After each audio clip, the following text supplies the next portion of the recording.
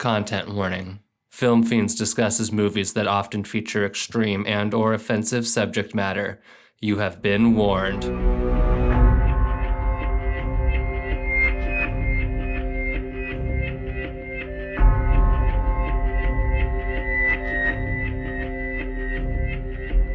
Hello, fellow fiends, and welcome back to Film Fiends, the podcast where we talk about all things related to horror film. My name's Alex. And this is Bryant. Thank you so much for joining us for our third episode. For anyone that was here for episodes 1 and 2, you may have noticed that we took about 4 months in between episode 2 and episode 3 to continue recording. Of course, as everyone should be aware, there was and still is a global pandemic happening.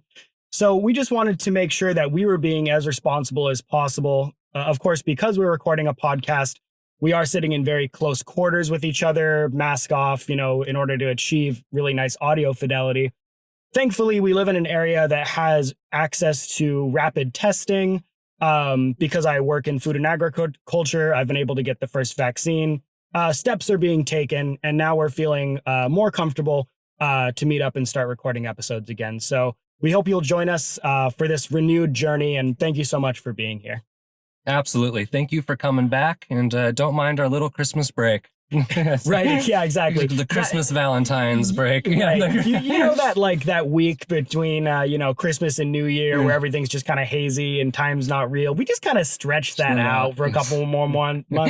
Exactly. But no, seriously, we just took the break just to be careful, cautious, but now we're regularly getting tested. Yep. Got another one scheduled for tomorrow right after we do this. So Yep. I think we're back. I think hopefully you are too.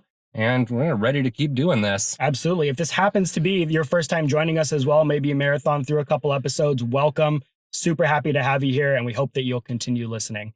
So with that, we're going to move to our first regular segment. We're just calling it straight up horror news. And we like to talk about the things that are kind of happening in the horror space. And I'm going to let Brian take the helm on that one. So again, kind of tying into the pandemic, we still had a lot of things that were held back that we're kind of slowly getting bit by bit. Oh, yeah. As you know, kind of not much has been getting made, or a couple productions have been going, but the film industry has been really slowing down. But what we do have are kind of blockbusters like A Quiet Place 2 that was held back at the start of it, finally got its release date at the end of May. Yeah, that timing was really unfortunate for them. Exactly. So you can look for that. We also have a couple trailers for things coming out. We have Spiral from the Book of Saw, finally got its trailer. We got sequels. That's right.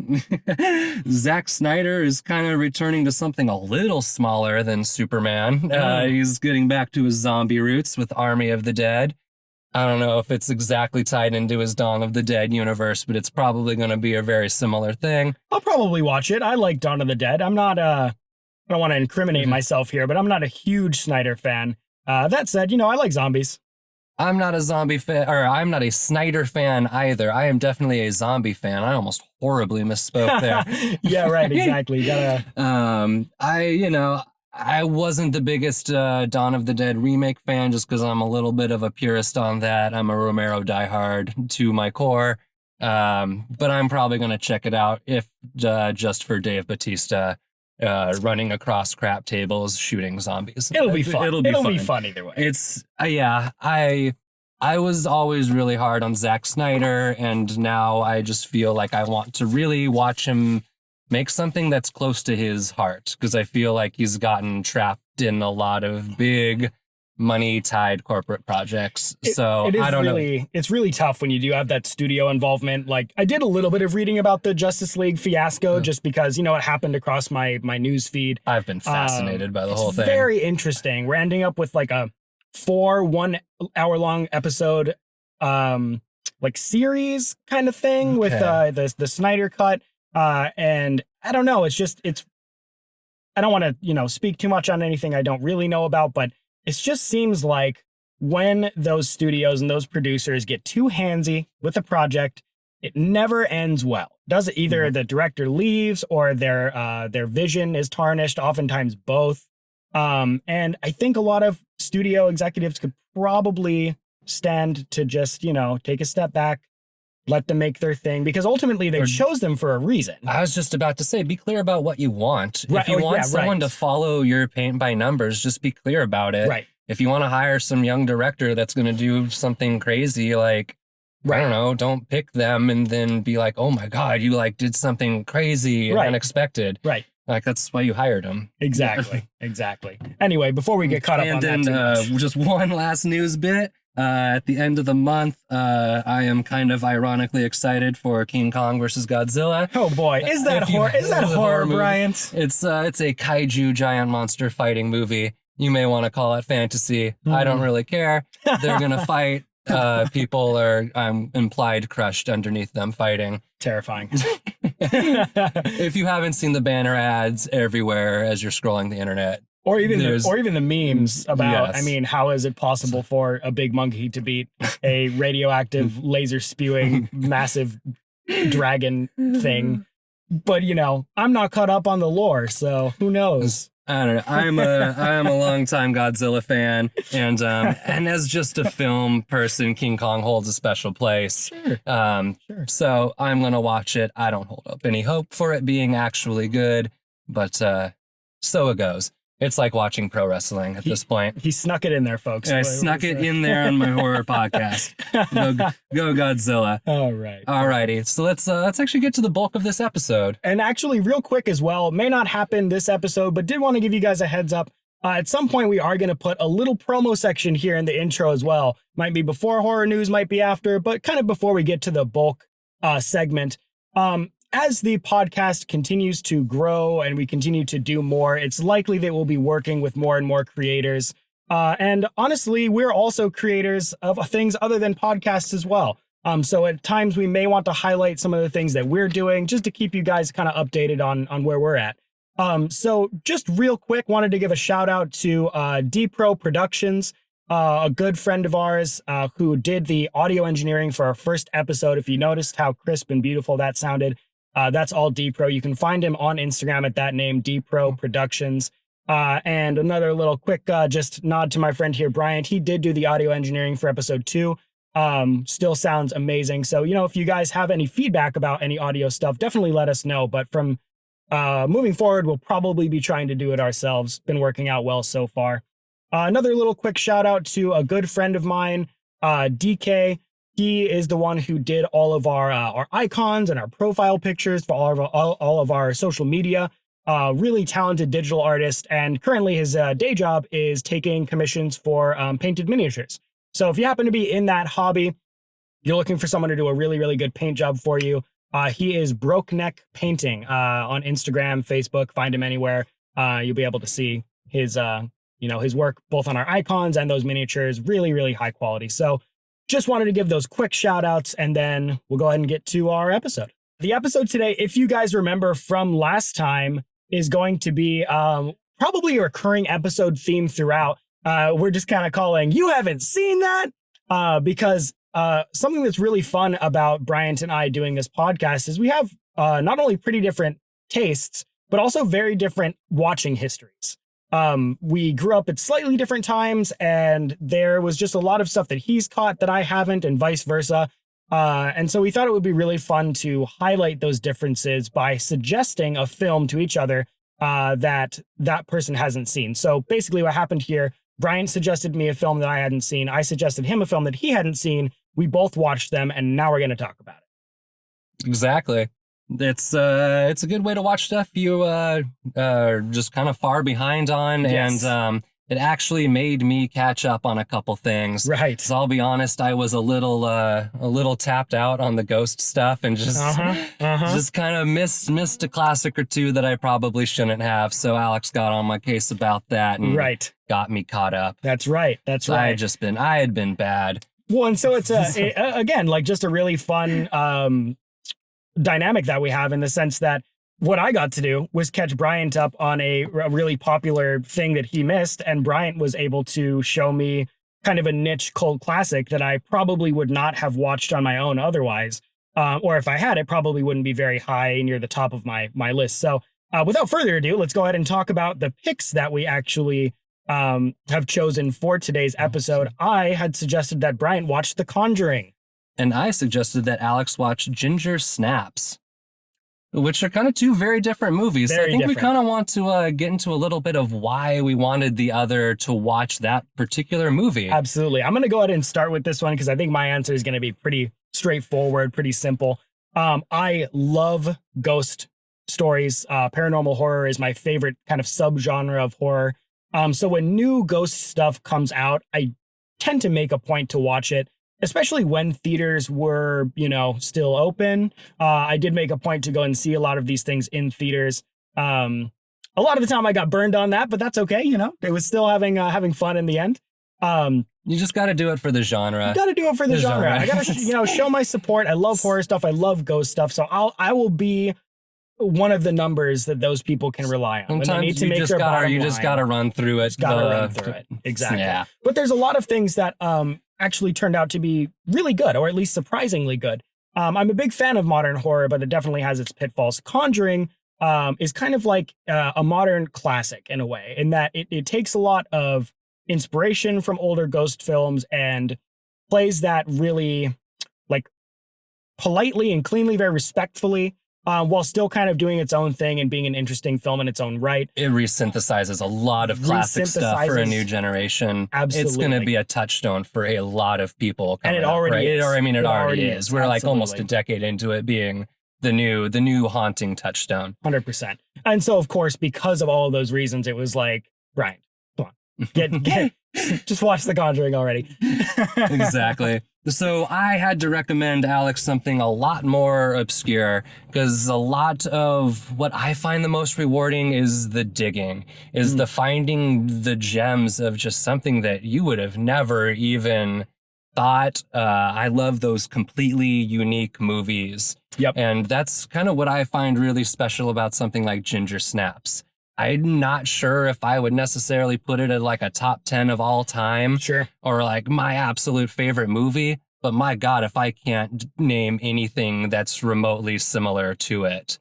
Sure. I or think like you see a couple similar, strands of its DNA right. and a couple things, but it's definitely not any sort of mainstream influence. No, mainstream is very far from the DNA of Ginger Snaps. And just real quick, just in case people aren't familiar with these movies, you want to give a little synopsis as well of just what Ginger Snaps is about? Oh, yeah, sure. Ginger Snaps is a werewolf movie. It's kind of a werewolf high school movie. It's about two sisters that share this really strong bond. One of them starts puberty before the other, and that's represented by her getting a werewolf bite and turning into a werewolf.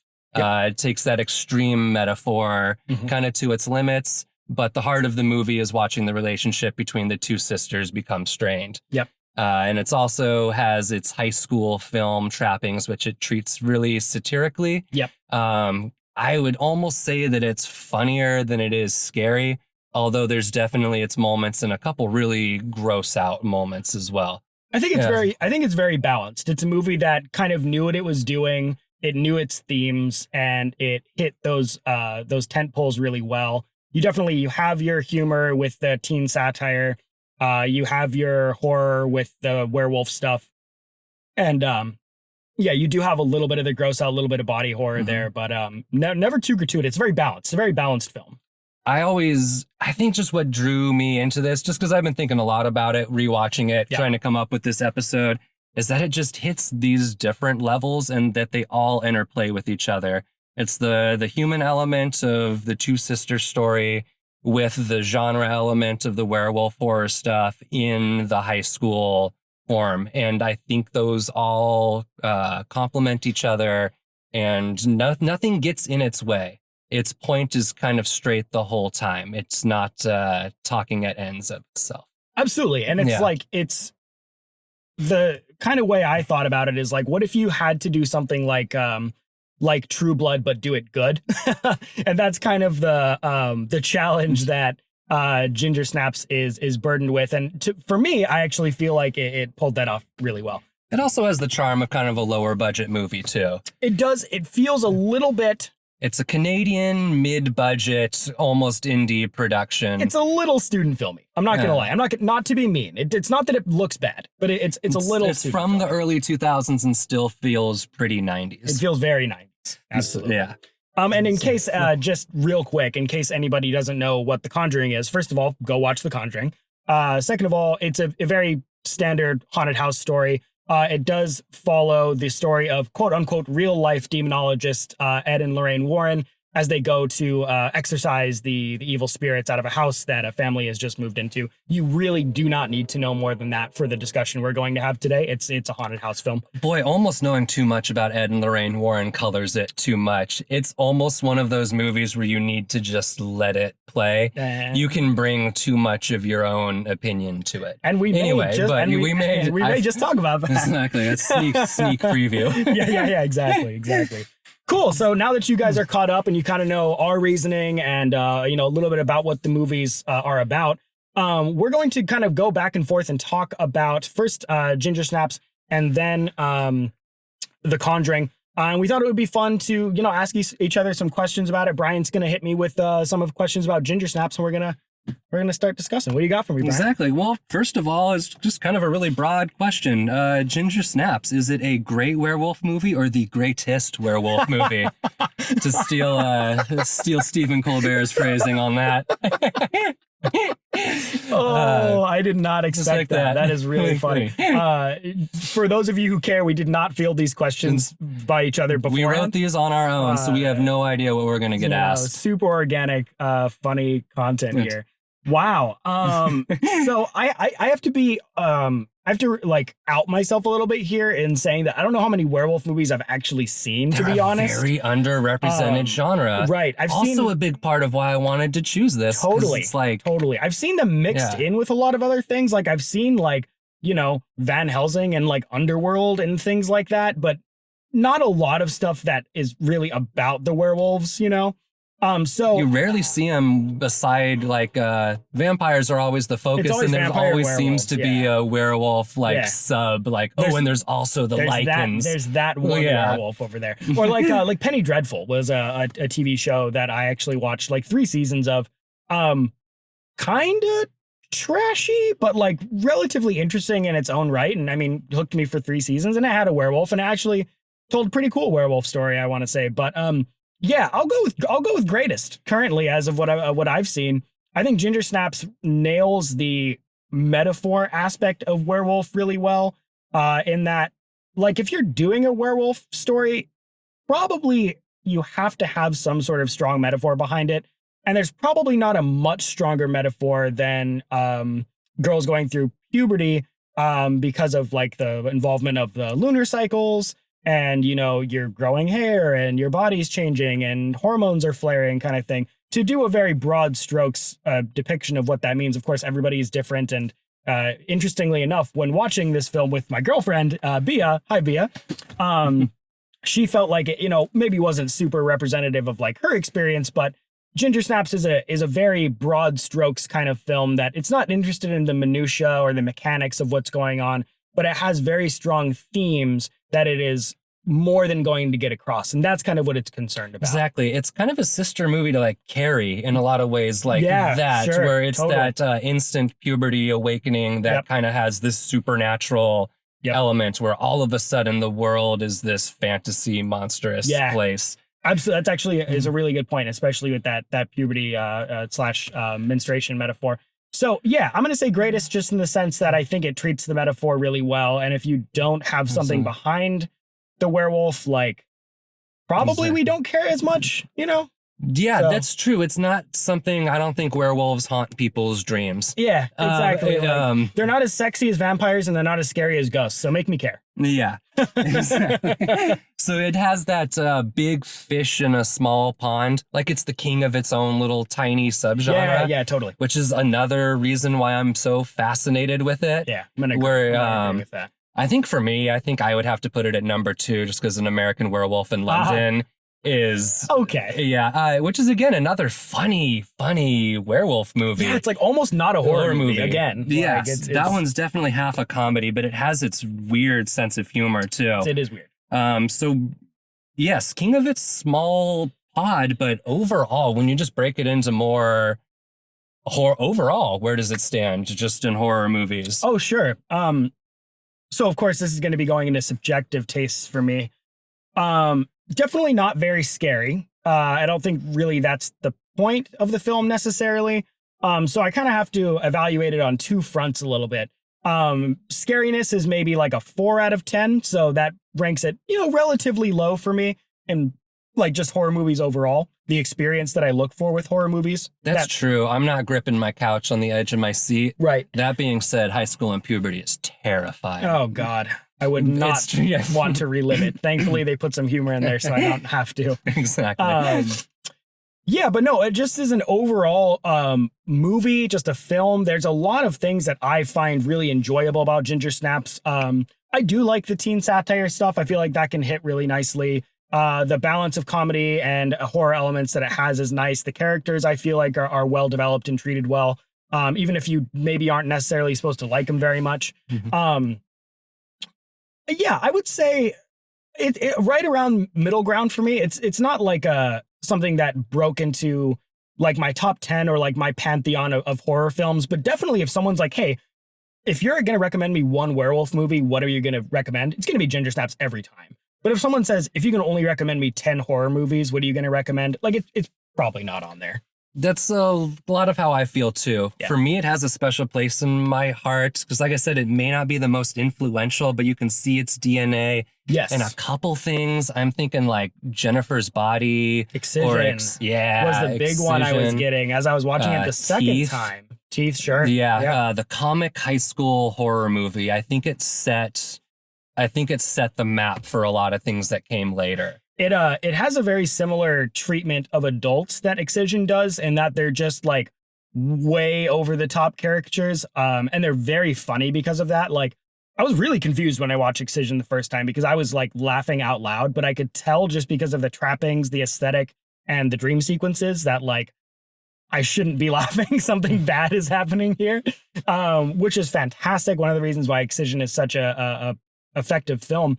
And I think you can see the start of those kind of protagonists happen with Bridget in Ginger Snaps, which is a big thing. You can't really underplay that. That's a big addition to the horror, genre. Absolutely. That kind of brings me to my next question is I've always found that's the characters, just how odd the two main sisters are. Sure.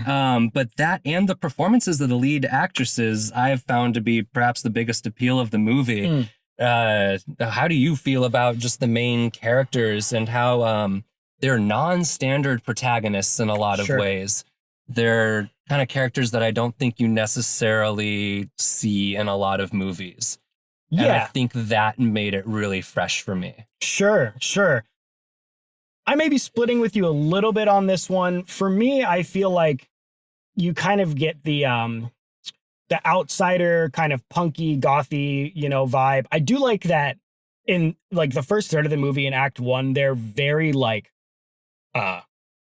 edgy and very counterculture, and they hate dudes, and like they're just talking everybody at school. Everybody and their parents. They're just talking shit about everybody all the time, and staging their own deaths and stuff. It's very like charming in a backwards kind of way. Like it reels you in just because of how funky they are. But maybe just because of the virtue of like, I've seen so much stuff that's come after it. It didn't, they're unique protagonists, but it didn't jump out at me as like, oh wow, this is, super novel.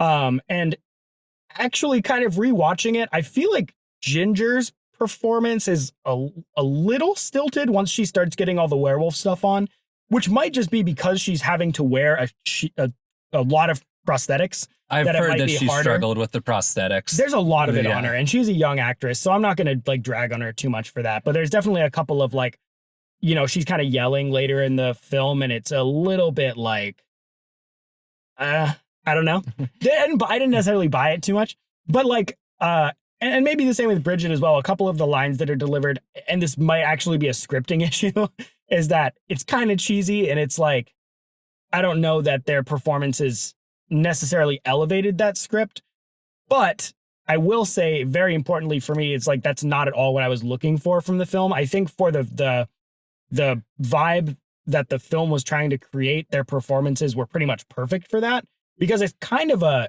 film that like doesn't necessarily take itself seriously. I don't know if that's the correct way to put it. It'll have a pointed like, satirical line over a believable, that's what somebody would actually say line. Yeah, absolutely. And so I think actually maybe my critique is more of some kind of goofy scripting choices that they had to roll with, as opposed to, you know, their performances. Overall, they were fine. They were fine.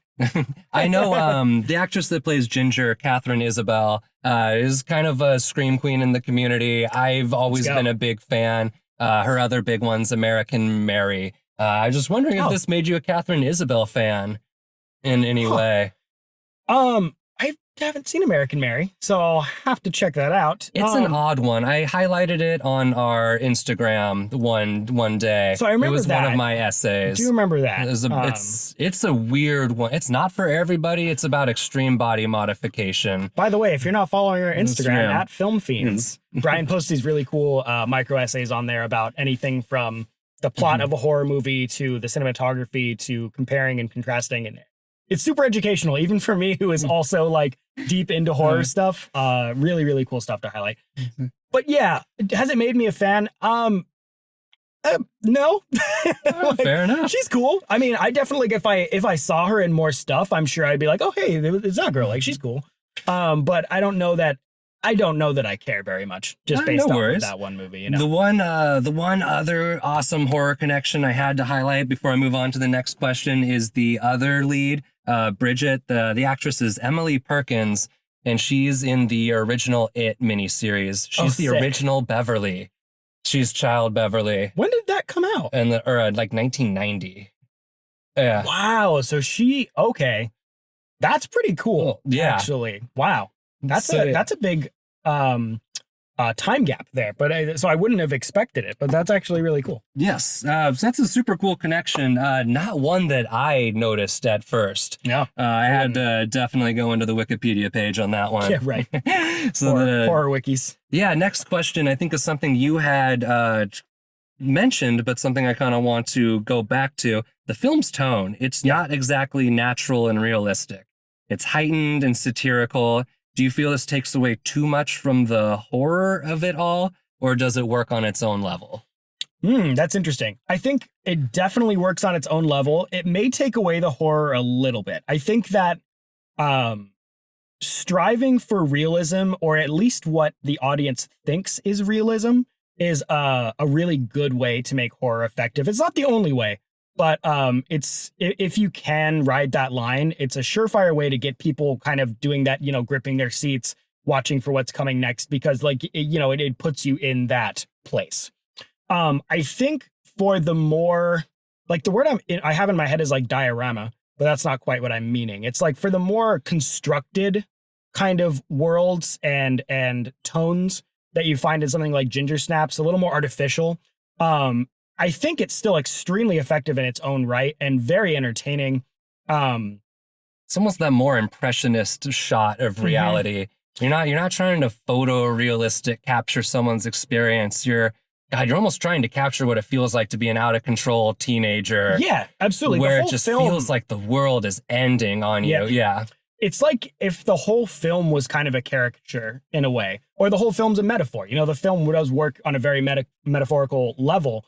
And if you're looking at it as an abstraction of, like Brian's saying, puberty, I think it's super, super effective in that way. And so I think that its artificiality does work to its benefit, though I think maybe it makes it a little less scary. But ultimately, I think the point of Ginger Snaps is not just to be scary, or maybe that's not one of its goals at all. I think the horror elements help it out, and it's obviously part of its DNA, but I don't think it's super concerned about, like, making you jump scare or anything like that. So it doesn't bother me. Gotcha. Yeah, for me, I would almost rather be engaged on the metaphorical level sometimes. Not that I don't like just getting that big adrenaline jolt, but I'm definitely drawn to movies that play more like this. I think I can appreciate the hell out of either direction. I just have to kind of know what I'm in for. Tempering expectations can be really helpful for me. Specifically, if I go into a movie wanting it to be really scary and it's not, that'll usually leave me with a sour taste. But if I'm kind of just going into it like, oh yeah, here's a horror movie I want to check out, or a cult classic especially, I don't mind if it's not making me grab the seat. Excellent. Well, moving on to the next question. I think also something that we had touched on. What do you make of the lycanthropy as puberty metaphor? Totally. So, and I did kind of want to bring this up just because I thought it was funny, and it's also been relevant to a couple of these questions. So I rewatched Ginger Snaps for the second time over the weekend with my girlfriend, and I think it's interesting because getting a female perspective on it for me was helpful. She didn't feel like it landed super well. And I think after talking with her, the reasoning for that is that Ginger Snaps kind of paints with a broad brush and puts, getting your first period and puberty and hormones and hair growth and aggressiveness, kind of just puts it all into one bubble and just says, here's puberty, and here's the metaphor we're doing. I find that super effective, but I do think that if for whatever reason that doesn't match up with your perception of puberty, that maybe that'll make the film less effective for you, or maybe you'll have to suspend your disbelief more for it. Which I think is fine. It doesn't need to hit everyone on, it doesn't need to fire on every cylinder every time. For me, particularly, I felt like it was very effective. I thought it was a really good direction to take lycanthropy and werewolf movies. And for me, it definitely heightened my interest in the film. Gotcha. I've just seen it elsewhere too. Buffy hit it really hard. There's one storyline, Willow's dating Seth Green, who's a werewolf, and they definitely use it for having out of control hormones and being outbursty. Totally. As well as your body is changing, out of control, growing hair, those sorts of things. So I've always found it to be an effective, if colorful and exaggerated metaphor that works really well. Did Seth Green ever go through puberty? Yeah. Still waiting on that growth spurt. No, sorry. I love Robot Chicken. I'm playing. Fantastic. Of course, yeah. Playing. The running joke, Seth Green, if you're listening to this. We love you. We're big fans. We're big fans. Also, I guess I should go back and say Zack Snyder, no hard feelings. Anyway. Exactly. Next question. Why do you think werewolves are underrepresented compared to vampires or zombies, ghosts? I mean, mummies. I mean, shit, even fish people just won a damn Oscar. So, Shape of Water is so good. Such a fantastic film. Look, maybe that's the answer. Just give Del Toro a werewolf movie. Maybe he'll do it. Like, maybe he'll be the one to get there. I think, like we've kind of mentioned, they aren't as sexy as vampires. They aren't as scary as ghosts. They're not as threatening as zombies. I think there's a little bit of an issue with the whole universal gothic monster thing in general. I think that, like, for example, take mummies. Like, it was at some point a staple of that kind of Penny Dreadful sort of horror pantheon, but I would be hard pressed to show you a relevant mummy film in the last 10 years, Tom Cruise notwithstanding, or show you a fan of someone that's like, yeah, dude, mummies are my thing, right? And I think that werewolves kind of suffer from the same syndrome a little bit in that I just don't know that they're as interesting or as provocative. Like, you kind of, I don't know. It's a little bit hard for me to explain, but even just thinking about the monsters, werewolves are relatively low on my list of what I find scary or what I find cool or what I find interesting. And I think that if you're going to do a monster film, obviously the monster is the main point. And maybe actually as a consequence of its place in the culture, it might be a little bit of a feedback loop in that sense, in that people aren't super interested in creating werewolf stuff, and so then werewolf stuff's not super interesting, and then I come in with not a lot of werewolf stuff to watch or enjoy, and so I'm immediately not a fan, sort of thing. So maybe that's the reason. Maybe there's just a cycle that needs to be broken by giving Del Toro a werewolf film. Exactly. I really have no idea. Yeah. A lot of these come from folklore. Yep. So what lasts, what doesn't, what sparks the imagination. All I can really think in a really broad sense is stuff like zombies or ghosts have a really clear what they represent, A zombie, it's not just the zombies, it represents society falling apart, decaying. I think that speaks to a lot of people. Ghosts are very clearly about the fear of death, and that speaks to everybody. And the past as well, change, yes. you know? So I think those are just a little more concrete in their construction. They've had more evolution. Like you said, that feedback pattern of just it hasn't built on itself. And like we've said before, too, like the werewolf's a metaphor. And if you don't kind of nail a metaphor there, you're not really left with much, I feel like. So yeah, I think you have the puberty metaphor, but it's definitely not an accepted, every reading of it is exactly that. Right. In the way that a lot of other tropes are codified. All right, so bringing to the last question. My last question's kind of a bridge question. We have two movies that I find split around the monster being external versus internal. Versus, I think one is the monsters coming from within in Ginger Snaps, and the second one is a little more the normal family gets threatened by the external force. Sure. So thoughts on that and kind of comparing and contrasting.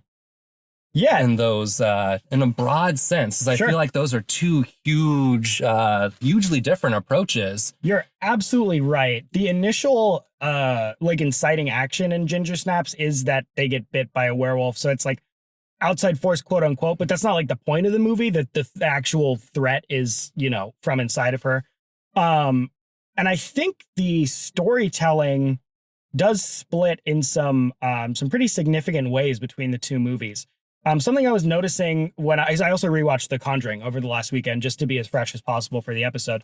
Something that I noticed about The Conjuring is like the family is very like button up. Like there's not really, they don't highlight any like negative characteristics of the family as some horror movies, some ghost haunted house movies will do like later on. It's not like a Shining where, you know, it is an internal ghost kind of thing. It's a very like stratified, like this is a nice family getting attacked by a bad ghost, you know. I think very good versus evil. Very good versus evil. And I think that it's black and white, no gray. Yeah. And honestly, I think the biggest difference there is you do lose a little bit of depth. I think that something that Ginger Snaps has is all of the characters are shades of gray. You don't really know if they're making the right decisions at any point in the plot. That's actually a big one where Bridget's like constantly trying to figure out, like she's watching like werewolf movies to try and figure out what works. And like, it doesn't really work. And so she's going to the shady drug dealer, which I kind of want to talk a little bit more about that character in a minute. He's giving some stuff here and there and like some stuff's working. But it's like a movie, I think, about struggle and about conflict in a way that's very non-deterministic. Like the way that while you're watching it, you're actually interested in the outcome. Whereas I think for Conjuring, you're much more there for the journey of, okay, well, what's going to happen? Because you know at the end, the ghost is going to get exorcised. Like, so, spoiler alert for anyone that hasn't seen The Conjuring, the ghost doesn't win. Like, you know. And then the Warrens' professional ghost hunting career came to a sudden end. Yeah. Well, oh boy. No. They come back in Conjuring 2. Don't you worry. Oh yeah. No. And 3. Yes. Well, yeah, it's not out yet, is it? But it's getting confirmed. No, they're both starring in it. Well, but it's coming out. Yes. Yeah. They will be back. They will be back. Yeah. No, I mean, and Lorraine Warren is still alive in real life. They were talking to her during the production of it and everything. Yeah. That will come up a little bit later. But yeah, I think that's, for me, the biggest comparing and contrasting is you have a little bit, your themes are a little bit more stark in Conjuring. You're not hiding as much, you're not withholding as much information in Conjuring. And so it becomes, okay, well, what's the ghost going to do? How are they going to fight it in a moment to moment kind of, I would say, slightly more tense approach, whereas Ginger Snaps is a little bit more, you can actually put it either way, zoomed in or zoomed out. It's zoomed in on the actual characters, their decisions, their morality, and a little bit more zoomed out in the sense that you as an audience get to actually see these things transpiring, and you're more curious about the end goal, you know, like the resolution. Like, I think as you're watching Ginger Snaps, watching it for the first time, you genuinely unsure about how this thing is going you to have get no solved, idea where it's going. Yeah. which is pretty cool. Like I think horror is definitely a genre that can sometimes suffer from the fact that, like, if there's a monster, the monster's gonna lose, kind of thing. Like, how do you the ritual's important, but the ending is set in stone in a lot of ways. Like, you're watching an 80s slasher and you know that they're gonna get stopped, killed, but not actually killed. So final girl's gonna get away, sort of thing. Which is actually one of the reasons why I mention, at least I think I mentioned this in the first episode, about things that I like in horror movies. I really, really love bad endings where stuff just goes wrong and nobody wins, because I think really, if I'm going to boil it down, is it's a subversion of the standard horror, like, we go back to status quo kind of thing, you know? And it's not always a good status quo you go back to, but a lot of the horror movies end in like, okay, well, the ghost is defeated. Our lives are forever changed, but we have succeeded, kind of thing. And it always is so awesome to me when everyone just dies. Shout out to Kayako versus Sadako. Where I was not expecting that. Oh, so good. So someone made that movie specifically for me. Anyway. That's great. So I think this is the midpoint where we're about to flip it over and Alex is going to start questioning me. Absolutely. I'm really excited, actually, to hear your thoughts on some of these things. Yeah. So, The Conjuring. Conjuring obviously has a lot of stylistic homages and modern updates to, like, classic haunted house films. What visually did you find most interesting about the film? Was there anything that stuck out to you as you were watching it? Oh, yeah. There's, God, I think that's probably my favorite part of it is how the film looks. Really nicely done. It's super widescreen. There's a lot of grain to it, and it's very contrasted. Yes. You can see that dialed up in the opening sequence when they're doing the Annabelle stuff. I'm so glad you hit on this. Boy, their faces are like half black and half white. There's like no gradient in between the shadowing. It's great. And then when it flips kind of more into the now or the real time or later, it kind of dials that back a bit. Like, it was contrasted to the point of being like garish, ugly at the beginning. And then it's like a little more tasteful, but then it has that like weathered sepia-ing look to it. Yes. So yeah, I mean, that shit, it looks like Amityville Horror or The Exorcist, even Chainsaw a little bit, even though Chainsaw has a lot, is a little rougher. They do. And they also get a little psychedelic in Chainsaw at times. Yes. But no, I think you nailed it on the head. I'm really glad you feel that way, because I totally agree. Really glad you pointed out the opening scene. When I rewatched it, another thing I noticed as well, actually, is when you switch to the Warrens' house, the contrast is kicked up. It's colorful and it's bright. At least outside the house a lot of the time. When they go inside later, you know, you do still get your haunted house kind of thing. But it's like the sepia kind of vibe, the film grainy kind of vibe is actually only at the like haunted house for the most part. Yeah. Which is another thing that I think they just do really well, kind of those show don't tell language kind of things. And like, it's not that subtle, but it is a cool technique that they use to like just visually show you, here are the different stratifications of the world that, you know, that we've created. James Wan has a fantastic eye for the technical side of it. Yeah, if we haven't said this before, we're big James Wan fans. We love James Wan. I can even forgive Aquaman.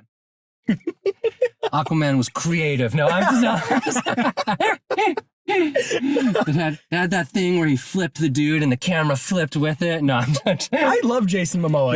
I mean, him as Aquaman is great, but other than that, yeah, there was actually a couple moves in The Conjuring that were just so classy. Yeah, the flip camera thing, the flip camera where it goes over the staircase and then it flips back for the next scene is what I noticed. Since I just rewatched it, it does a flip over the stairs and then flip back up to go back up the stairs, and like one would have been good enough, but the fact that they did both was just like, It is. And it's never for no reason, too. They're always motivated. The scene where they're moving in and it's this big oneer, it's doing so many things. It's showing every character in their relationship to each other. They all have a little character moment. Yep. I think that's going to be a thing I'm going to nitpick, is the characters aren't necessarily, rounded. 100%. That's fine.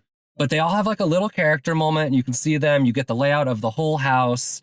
And you also get the chaos and the bustlingness and how busy it is. That was a big thing for me in that one shot, where it was just like, you get introduced to the entire setting in a minute and a half. It was probably less. It was probably less than a minute. It was probably like 30 seconds to a minute shot.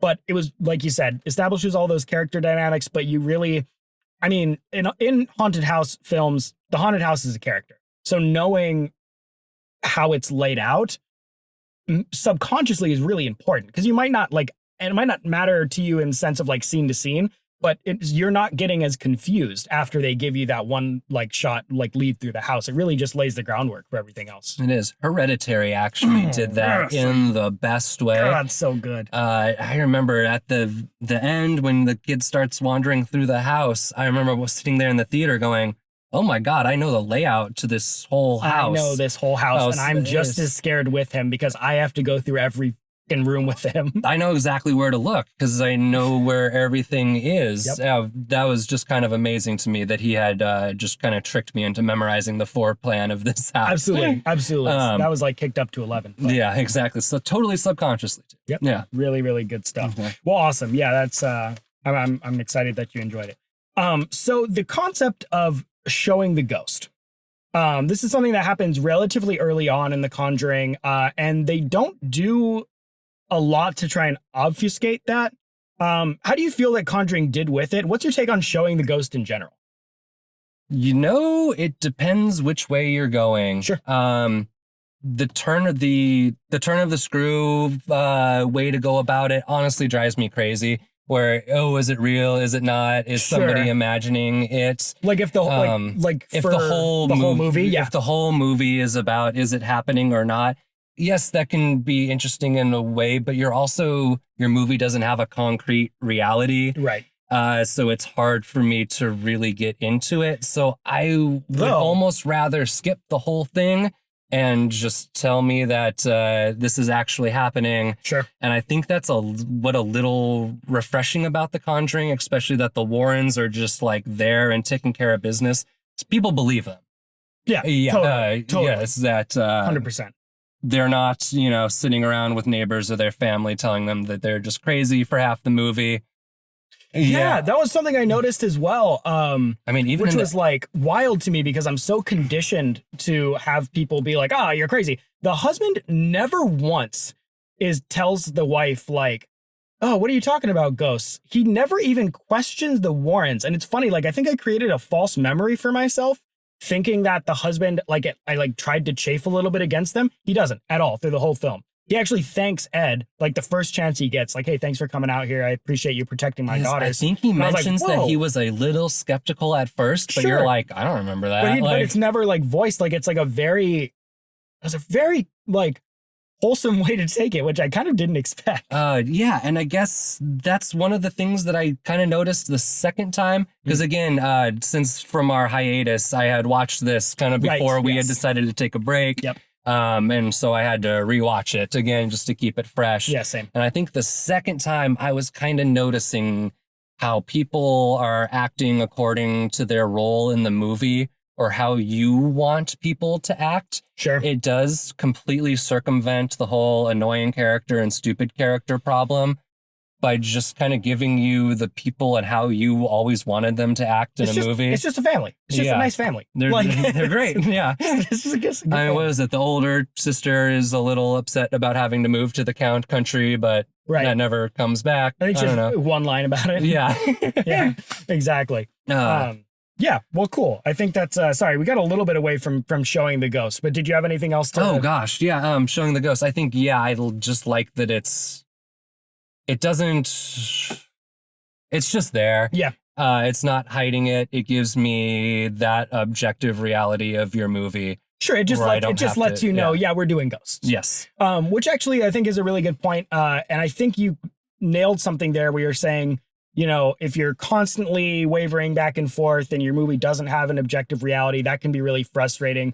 I think something that's really important to note here is that if you just say in your film, these are actually ghosts, that doesn't mean that it can't be read a different way. Like, I think the thing that people trip up on is like, oh, well, if I say it's ghosts, then it can't also be depression or whatever else. But it's like, just tell us it's ghosts, commit to your premise, and then let it be read for whatever undertones you want to put in or metaphor you want to put in. I also do like how the Conjuring verse does their demonic presences Sure. as well. It's not just someone died here in a horrible way and now they're like lingering presence.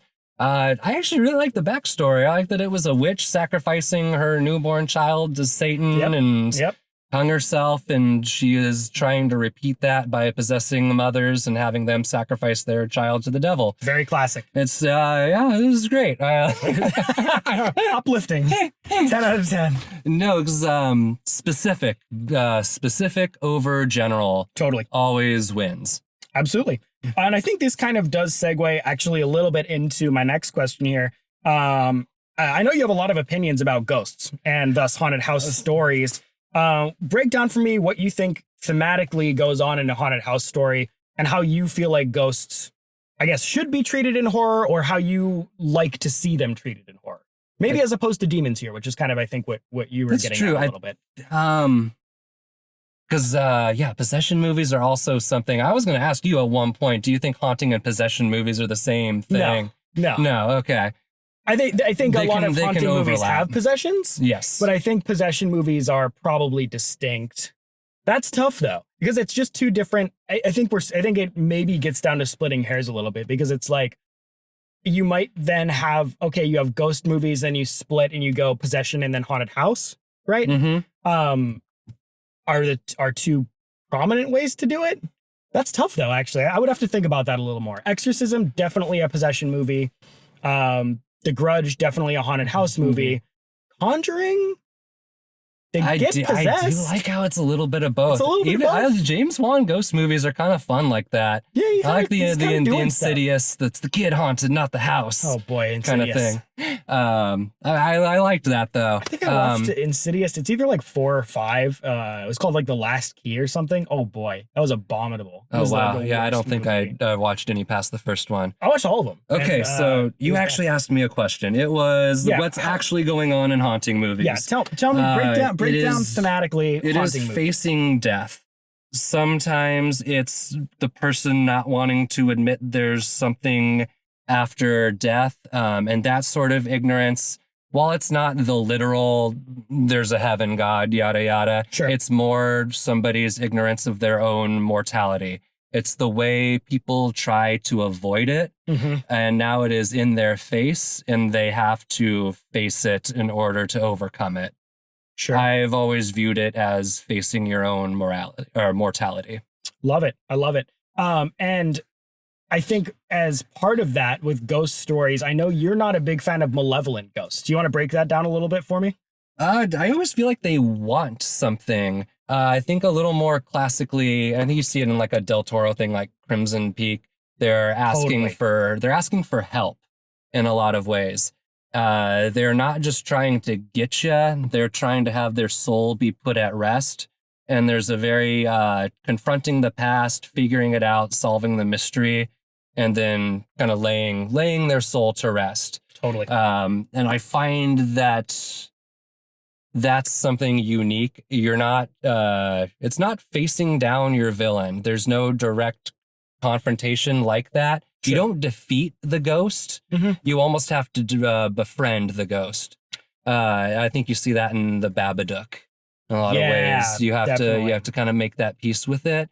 And I guess that's more what I'm looking for, or how I think it should go. Yeah. And so it can be a little frustrating to you when they treat, a human ghost deceased sort of thing that could be a really good morality story and just make it, ghost's gonna kill you kind of thing, Just not that that's not, it's frightening. J-horror doesn't do that at all. My stuff. Yeah, exactly. No, I mean, when you look at the stuff coming out of Japan, Ring, Grudge, Pulse, boy, they're just gonna get you. But I think ultimately it ends up being a lot more similar to like the demonic entity in practice of The Conjuring, in that like these people that die are then they become curses or demons or things that are inherently malevolent. Grudge, Kayako gets killed after cheating on her husband, and her son gets killed. So she's been wronged in some way. And so kind of I don't know. It's tough. It's But it's a generational curse thing. It's you're dealing with the sins of the fathers, and you have to break the chain, totally, or you become another link in it. But unfortunately, there's no befriending Kayako. So I also see a lot of rules in the J horror stuff. I think J horror gets more at a breaking society's rules and paying for it. Yeah, I mean, it's a very and they're arbitrary, which is what's scary about it. Yes, is that they don't necessarily make any sense, yet there's these super strict and harsh repercussions to breaking them, which I feel has a different context in that culture and that society. Absolutely, that brings something really unique. That's something way different from a classic Euro or even like that 1800s American ghost story. Totally. I also just really, really hate those 1800s American ghost stories. Oh, honestly, wow. House of Seven Gables and Turn of the Screw. Really? Those were struggles for me to get through. Interesting. And I think that's when I see the DNA of those two particular novels, it really turns me off. Not into it. Okay. That's just one I'm not into. Wow, good to know. Good to know. That's super interesting. Okay, moving on here. Super simple one. How do you feel about the jump scares in The Conjuring?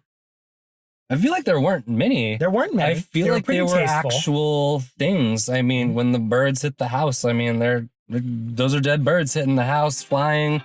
I really couldn't honestly think of one. Wow, that was my phone going off in my pocket and not being able to find the button. Apologies, folks.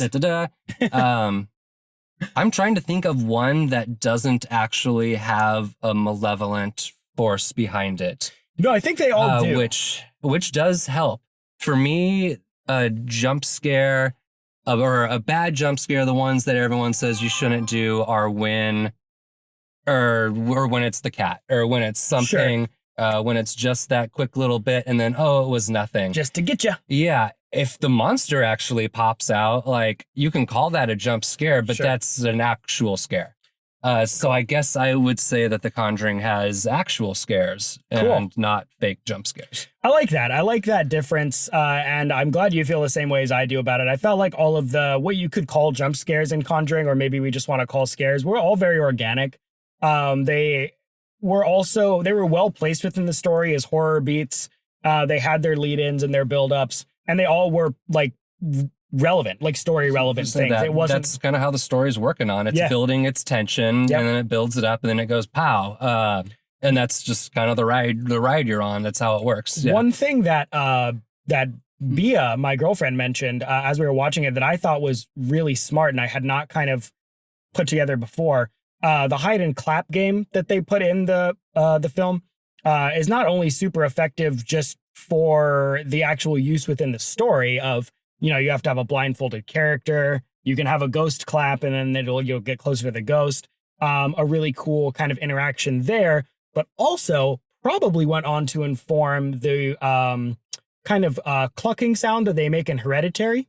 To do kind of like spooky ghost moments as well, where you might hear a clap in Hereditary and that signals, ghost, and you also hear the cluck in Conjuring. I get you. And then, and I was like, that's probably true because they're also, it's the Hereditary is a modern horror movie, haunted house movie that is taking DNA from the genre, and Conjuring helped move that DNA along. So having those repetitive bits that are audio. I think I see Stephen King stuff do that a lot, especially he'll always have a song or something that comes back, and it's some creepy little limerick that the bad guy will sing or something, and you can repeat it, and it always kind of puts you right back there. It lets that's a very good point. I thought that was cool. So okay, we're in agreement there. Definitely think it's pretty those are two of the best ones when they come out of the closet and clap, and then when it's behind her lighting the matches and she falls down the stairs, and it's like that was that might be my favorite scene in the film. Actually, I really like that one. I may just like when she's tied to the chair and flying around. It's great. Yeah, when she's got the sheet and then like it pauses for a second and then she just spits up blood. That part was like, oh boy. That's great. Actually, I think I like the part where it grabs the one girl by the hair and throws her around the room. You like that one? Yeah, that's a good one. I do like a lot of stuff in that vein. I feel like I'm going to drag on Conjuring a little bit here. It felt a little cheesy, I feel like, when it did happen in this film, but I still enjoyed it. Cool. So next question here. The Conjuring. Multiple plot lines, setting up sequels, a whole mythos of ghosts. For horror movies specifically, how do you feel about this kind of continuity and like extended universe treatment? This one worked fairly well. It is what bogs down the second one. Mm-hmm. That Annabelle works as a prologue in the first movie. Right. Is all right. I will say the one scene that does feel the most extraneous is when the girl is home alone. I know the ghost is trying to reach out to the Warrens and trying to threaten them back. And you know, that's creepy and spooky and whatnot, but it does feel like it's a little extraneous or apart from it. Reaching me a little, maybe. But yeah, boy, just a little bit. Yeah, not too bad. I did not feel like it was the most sequel baity of them.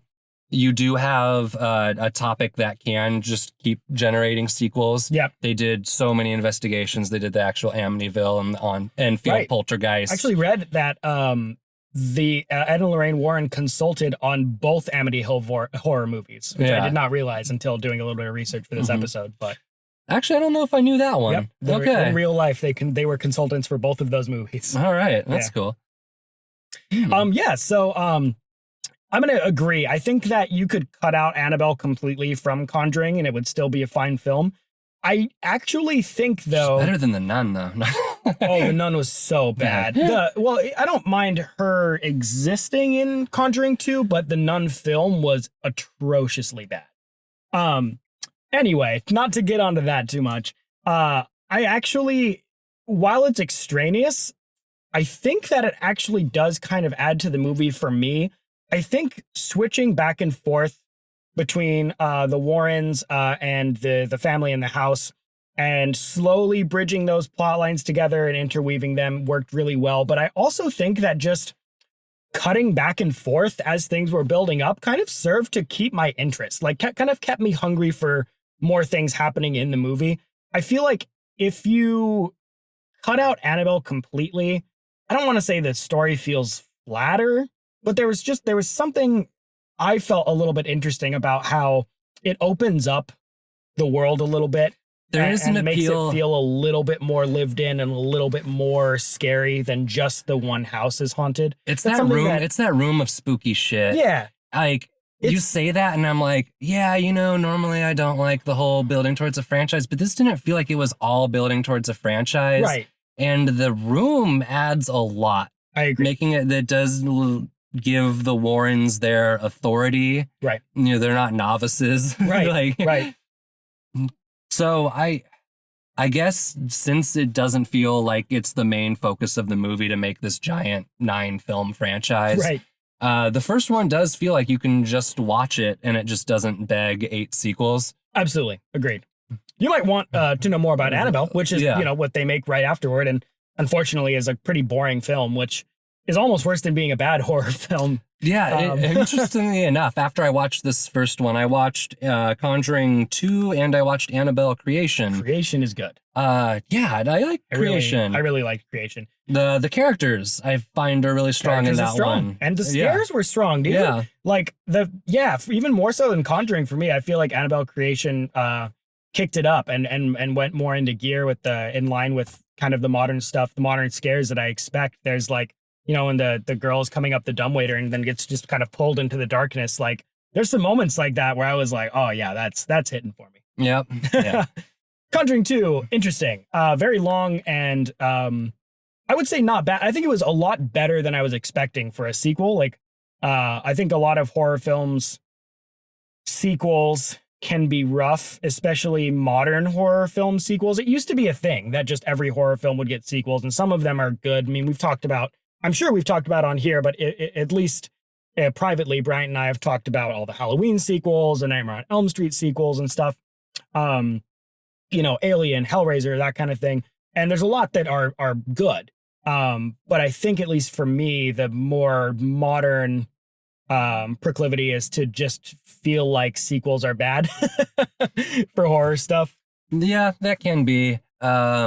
Again, it just depends if you have an actual story or if it was just, boy, that was that was a hit. Give me another one. Right. Right. So yeah, I think for Conjuring 2, bloated, and that one is starting to feel the need to have spin-offs It in was the like franchise. 2.5 hours long. It was like wildly long, I remember. Maybe Especially not for that a horror movie. Like, it was a lot. I've always had that point of view where it's just a lot. It's intense. It's working on your emotions a lot to kind of go through a horror movie. So the more you push it over 2 hours, you kind of have to be aware that that's actually tiring for your audience. Yeah. Gonna have to agree with that one. Okay, on to the last question here. Based on a true story, how do you feel about that gimmick in horror movies in general? We can take some time here to talk about Ed and Lorraine Warren if you want. If not, just a quick disclaimer that, in real life, demonologists may or may not be legit, depending on how you feel about matters of faith and ghosts and exorcisms and whatnot. These two specifically, they have their own, kind of past that's not super fun to talk about. So, they may not be characters you want to memorialize as like heroes. But, before we get into that, just the idea of based on a true story, like it for horror. That's true. Stuff. I guess the first one thing I have to say is like, is it actually based on a true story or not? Because I know some will just say it. Yeah. And it completely isn't. Like Texas Chainsaw Massacre. It's just made it up. Well, it's loosely based on Ed Gein, right? Yeah. But it's like... But they're like, oh, it's the most bizarre crime in the annals of Texas crime history. Nope. It's not. It's not. Not really. So there definitely is a fascination with the real life darkness, since horror is kind of that exploration into the darkness. I think people do find a fascination with serial killers. 100%. So that's totally fair game. You know how many podcasts I had to sift through when I was looking for our names that were like serial killer podcasts? Yeah. Thankfully, Film Fiends, was open for the most part, but serial killer podcast. You guys are killing it. Ha ha ha. That's good. So I definitely see the appeal of that. For me, I like the fantasy of stuff. I like the fiction of it. I think the fiction allows you to talk about reality in a way that doesn't bind you into just realism. It's like what we were saying earlier. Tell us that it's a ghost so that then we can talk about what else it is outside of that. Right. So when it's the haunting stuff, I know that that's super appeal to people, is that, boy, if you think that that's a real thing, those movies are probably the most frightening damn thing ever. Sure. I know people that refuse to watch possession films because that's so scary to them. Right. And for me, there is this, I'll just be honest, I don't believe in it at all. Sure. So I do get this like, well, what if? Right. When it is happening and you're like, well, damn, if I was kind of actually faced with that, I would totally be the skeptic story of, right. The person that thought it was all bullshit and then was kind of faced with something they couldn't explain. Absolutely. That's I'm in a very similar place where I'm not a believer in ghosts or the paranormal. But that's actually why it's scarier for me. And I think I'm pretty much in agreement with you here on the based on true story stuff. Because if you tell me it's based on a true story, then I either I kind of have to accept that maybe ghosts are real, which is like, that's not something I'm going to do. So like my suspension of disbelief is already tenuous. Whereas if it's just a fake story, then I can fully put myself into, oh man, this would be scary if it were real.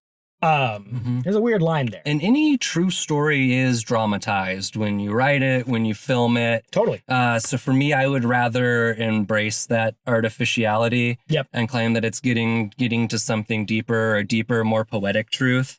Because I feel that limiting yourself to the exact facts of the case may not be what's best for drama. Well, would you as look well? At so sure, yeah. Well, would you look at how interesting that is, given that we have a movie, Ginger Snaps, that is, somewhat artificial, but very much like ready to get you to the heart of its themes, and then a movie like Conjuring that plays up the real life aspect, but kind of ends up a little bit flatter in that sense. I would say that's true. Yeah. for as much of a ride as Conjuring is, Hey, I don't just get me didn't wrong. feel the characters or the people. Sure. Like I said, they feel more functional Yep. than what is it, that test where it's like describe a character without naming their appearance or talking about their appearance or their role in the movie. Like you get like what, like Ed is stoic and what is it? Lorraine Lorraine's, is sympathetic. sympathetic. Yeah. The dad's protective. The mom's vulnerable. Yeah. The kids are scared. Yeah. So it's, That's really funny, actually. Yeah, no, totally true. Whereas, like, you go for Bridget, and it's like she's an outcast. She's weird. Reserved, she's counterculture. She's reserved, yeah. off-putting. She's not romantic. She's not sexual. She's yeah. Yeah, you can take the Ginger Snaps characters and imagine them in other movies. Totally. And imagine what they would do. Whereas Hey, you can imagine the family whose names I don't remember in other haunted house movies. the Warrens take a road trip and it's nice and lighthearted. Yeah. Oh my gosh, yes. It's like what's Some that family classic? comedy. Lampoon. It's like National Lampoon's Vacation. National Lorraine's Vacation. With the Warrens. That's right. That's what I'm talking about. They take their haunted spook show across country. Yeah. That's right. That's right.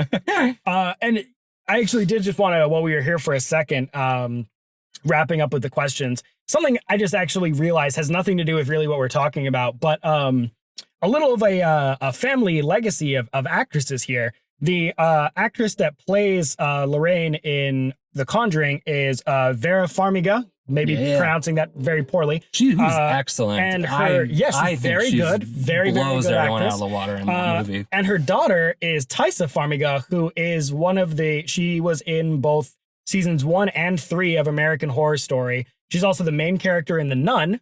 So tied in even in the same universe, and is also kind of coming up on her own as a horror actress as well. So just thought that was super cool. Mom and daughter kind of both super involved in horror as both pretty good actresses. Absolutely. Taissa, I may be pronouncing this very wrong. Taissa, the daughter, did really good in the first season of American Horror Story and in Coven as well, but especially in that first season. She was fantastic. Excellent. I had no idea. Yeah. I did not make that connection. Super cool. So we're done with our questions here. I do just want to, just out of curiosity, overall, just feel of Conjuring. Like, what do you think about it? You enjoy it? I do. I think it's a movie that I'm going to show to a lot of younger cousins and kids and stuff. Oh, you know what I mean? Is it Poltergeist? Is it the new Poltergeist? I think it's kind of new Poltergeist. Maybe with a little extra teeth in it. Yeah. I think it's a great shallow end. Sure. You know what I mean? Yeah. Good stuff to get people jump into. Yeah. Yeah, that's a good one. I like that. So I love that it's a throwback. I guess I just found it very well executed, slick movie. I guess I didn't find too much depth to it, but my God, if you're not kind of into it, when the scares and stuff are happening. Right. Actually, I'm going to nitpick one last thing. Yeah, go for it. There is a whole kind of writer adage where you want to remove scenes until removing something will break your movie. Sure. So that everything is perfect and in its right place. And if you were to move anything, it would fall apart. And this isn't necessarily for The Conjuring. It feels like ghost stories in general. Okay. You can kind of just move scenes around and it doesn't matter. That's actually a really good point. And something I was noticing as I was watching. Sorry, I don't want to cut you off too much. No, go for it. But I feel like there is, I'm going to go back to Hereditary, something that they do very, very well. The movie is very well structured. You can't really move scenes around in Hereditary because they build on each other. One thing to the next. There are actual important plot points they're going in between. For haunted house films, I love the haunted house genre. So I'm always thinking, what could it be doing better? And if I were to make a haunted house film or write a haunted house book, how could I make it better and increase interest? And I do think that especially the first third, but sometimes up into like the first half of haunted house movies, you're just going around and doing set pieces around the house, which, don't get me wrong, is fun. But like Bryant's saying, like, is that really effective storytelling? And I think apart from it just slowly getting more intense. Yeah. It's not one thing leading to the next. Yep.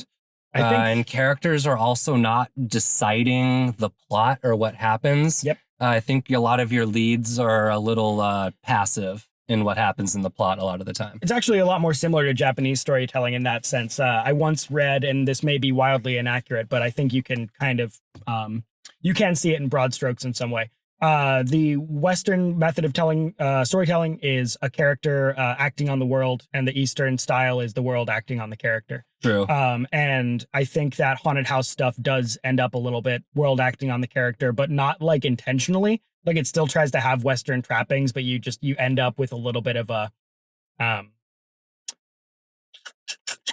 weaker intro. Yeah. Yeah. So and I think Conjuring solves it in a lot of ways with the Warrens and their Going back and forth. investigation. Yeah, you keep it interesting. Yeah, well, stuff happens to the family, and then they get their professionals, and then the professionals have their actual bullet points. So that does give it some sort of structure. It is a structured film. They have a plan, and they're going to go do their plan. Totally. So it's really hard how to do that stuff. You have to have a more active protagonist, something like The Changeling with George C. Scott. He leads a very active investigation into his house's past and what's going on. It's a cool way to do it. Does and it turns it into a more of a mystery thing where the clues he's getting leads it. Awesome. So the one thing leading to another feels more like a mystery plot than a kind of a normal ghost story. That's a nice way to set it up. I think for Ginger Snaps too, I'll just go ahead and give a kind of a general how I felt about it overview. I mean, we kind of touched on a lot of this already, but I think it's a really fun, really entertaining film. I think it does teen satire well, or at least well enough to be enjoyable. And, I wouldn't necessarily watch it for the scariest movie, or if I'm trying to get somebody into horror. But it would be a great movie to put on, for a movie night with friends or for Halloween. Just a nice solid film. Spot too. Fills its spot. Yep. It's a needed movie, and here it is. Exactly.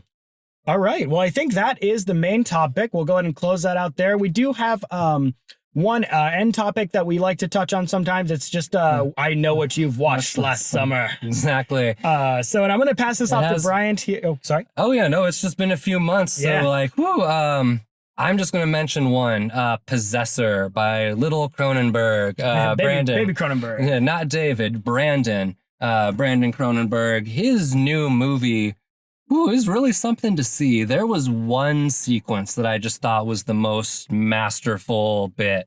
Don't ruin it for me because I haven't seen it yet. I won't ruin it for you. I'll just say, it's kind of this reality is flipping back and forth. And sure. It was just one of those, as a film person, you just see it and you just get so excited at what somebody's doing. That's awesome. So I cannot recommend that highly enough. It's definitely next on my list. I have unfortunately been a very bad horror podcaster over the last couple of months and not watched any horror movies. Life is crazy. I don't feel like I need to make too many excuses because you guys know how this last year's been. But we're back on the horse. We're getting back to it. Possessor, and then I believe in Pedagore are going to be my next two, which both at Brian's recommendation. So super excited about those. And then, one thing we did want to mention about this topic, guys, it's something that we are planning to kind of have happen a couple of times. We want to bring it back with, continue showing each other movies that we haven't seen. But also, we think it would be a really cool way to get some audience engagement. So if there are movies that you guys really love or think are really interesting, and you want us to watch them and kind of react to them or talk about them, that's something we could definitely look into. So, on any of our socials, we're on Facebook, Film Fiends, Instagram at Film Fiends, Twitter, The Real Film Fiends, I believe. Just Real Film Fiends, we would love to have you guys give us some input. I would honestly love to have both of us watch something that neither of us have seen. Yes.